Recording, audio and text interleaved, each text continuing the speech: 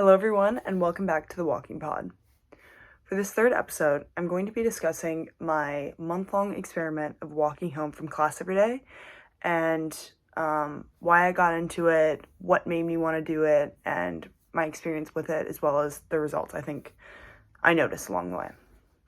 So, to jump right in, I started this experiment at the beginning of March 1st, and it kind of started spontaneously. The weather was getting a little bit nicer during this time. I mean, we are in Syracuse, New York. It's always very subject to change, but at this time, it was very nice out for a small period of time, and I kind of wanted to take advantage of that because it's so rare that it's nice out here.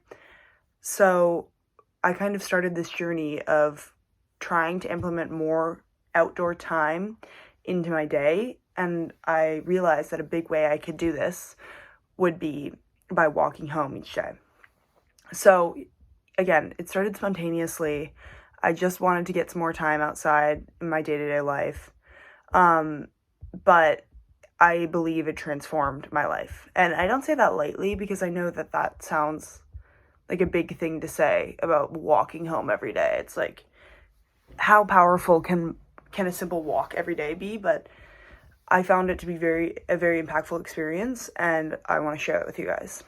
So I took a few different routes going home. I live on a campus about a mile away from my school, so it's a mile, a little bit under a mile. But there are a few different ways that you can get to my house. So I tried out a few different routes, and I also crafted my own along the way. So I started off just walking home along the main road, and it wasn't as scenic, but it was still much better than what I had been doing previously, which was taking the bus every day. And I noticed that upon taking the first walk home, I noticed that when I got home, I didn't feel that normal fatigue that I feel around 4 p.m. That is a frequent thing that I face on a day-to-day basis, and I've had a hard time trying to figure out how to overcome that. And I think that after I took this first walk and I got home at around 4 p.m., and I had this burst of energy, and I was almost shocked at first because I was like, I just walked home from campus, and on top of that, I also play a Division I sport, and I had a workout and skating earlier that morning. So I was like, how would I be more energized than when I sat on the bus and didn't even move by walking? So that was where things started to kind of get funky, but I also persisted in the daily walking after that first initial walk because I just noticed how much I enjoyed it. It was definitely a very grounding experience. I listen to music while I walk because I think it makes it a little bit more interesting. At times, I think if I don't have music and I'm just listening to the sound of my breath, it can be a little bit mind-numbing, but almost in a negative way. It's like you're just thinking about yourself walking and how far you've gone and what pace you're at and when you're going to get there, and all of these other external factors are detracting from the fact that you're on a walk in nature and you're not fully taking that in. So I like to listen to music because it kind of calms my mind a bit. And I just noticed that I was so in tune with the things going on around me. I wasn't looking at my phone. When I normally take the bus, I am on social media or looking at Blackboard or checking my grades, or I always have something that I think I need to do that I'm always doing. But when I went on these walks with music, while listening to music, I didn't touch a notification once. I didn't open Snapchat. I didn't look at any sort of social media or any other platform. The only thing I did do from time to time was take out my camera and take a picture. But that was just a form of capturing the moment for me. But it was almost wild because I noticed this the first time that I did the walk home. Again, it was just on the main road. It wasn't even that pretty of a route. It's pretty much just the main street, and then you take a right, and then it's another main street. But even that brisk walk in a somewhat non-scenic location was very powerful, because it was I was taking in things that I would never notice. I was looking at houses that, again, I've driven down this road probably over 200, 300 times, and I was noticing houses that I had never seen before. I was looking at the nature around me, the trees, and the different colors of the leaves, and flowers, and those are things that I never notice. Not that I don't want to, it's just that I think that I'm always so distracted, and there's always something else that I could be doing, that I never take the time to look around when I'm driving down a street or even biking down a street. There's always something else for me to do. So this first walk was transformative in that sense, where I was just fully in tune with the world around me. And I think that that's a crazy thing. It's so rare these days. So that was kind of what prompted me to stick with it. It was the feeling of excitement or energy when I got home, as well as this surreal sense of being grounded while walking, which I hadn't felt in so long. So that was kind of the first day. It was day one. And I would say that over the next month of March, that every day that I walked home, I would take different routes. I would go sometimes through the neighborhoods. Sometimes I would make my own path. I remember one day I went down a street that I hadn't before, and I found this beautiful kind of like trail, and it was covered with all of these different different trees, and some little houses were in there as well, and it was kind of this little crevice that I had never noticed before, even though it was just a street over, which I thought was really crazy, because again, I have driven down these streets over 100 times, and I had never turned that way. I would have never noticed that if I was in a car. And so I think that that's really powerful, that when you're just walking around in nature, not even in nature, sometimes it's just a different street, you notice things and look at things in an entirely different way. And I think that that is wild. So, yeah, that was one of the things that I noticed when I took one of the different routes. But overall, I took a different route every day. Sometimes I would go the same way, but it was rare. I was typically trying to switch it up at least a little bit every day to keep it exciting for myself.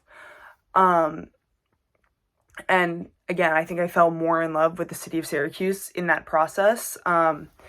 I kind of developed more of an interest in architecture. I started taking pictures of houses that I liked along the streets over the course of my walks. And I also, in the process, because I'm also very passionate about art, I started drawing some of these houses with just a pencil and paper. So I think that speaks volumes to, if I had never gone on these walks initially, if I had never decided, oh, I want to walk in from campus, and more specifically, I want to walk in from campus through the neighborhoods, I never would have seen these houses. That prompted me to start creating this portfolio of drawings of houses in Syracuse, which is kind of a tangent, but it's also, I don't think that I would have had that thought if I was just sitting in my house, or if I had driven home every day. So I think that that's a very powerful takeaway from this experience. Another thing is that, going back to my original point of just feeling more energized, I found that on my daily walks every day, not only would I come home with that same feeling of energy each day, but also just a greater sense of mental clarity, which goes a long way. I know that some days when I would walk home, I would be almost paranoid in the sense about how much work I had to do, and just hung up on that the whole walk. And sometimes I couldn't get my mind to quiet down while thinking about how much work I had to do, or that I had this large essay coming up, or I had this project that I needed to finish, or I had this assignment that was just eating at me. And so sometimes these thoughts would cloud my brain while walking, and it was crazy, because for the first 10, 15 minutes, these were all I could think about, and then by the end, my mind was silent. And it was almost like these things that I was so stressed about, I kind of resolved by walking and listening to music and just being in tune with myself. Um, I know, for instance, one time I had a paper due that night, and I still had quite a bit to do on it, and I was hung up on the fact that I didn't know really where I wanted to go with the paper. I was having a bit of writer's block, and in this process of walking, I resolved so many of the things that were kind of blocking my creative flow. I came to conclusions that I wouldn't have just had I stayed sitting at my desk. I think that walking helps you kind of be more realistic and think more critically about the things that are stressing you out or weighing heavy on your mind.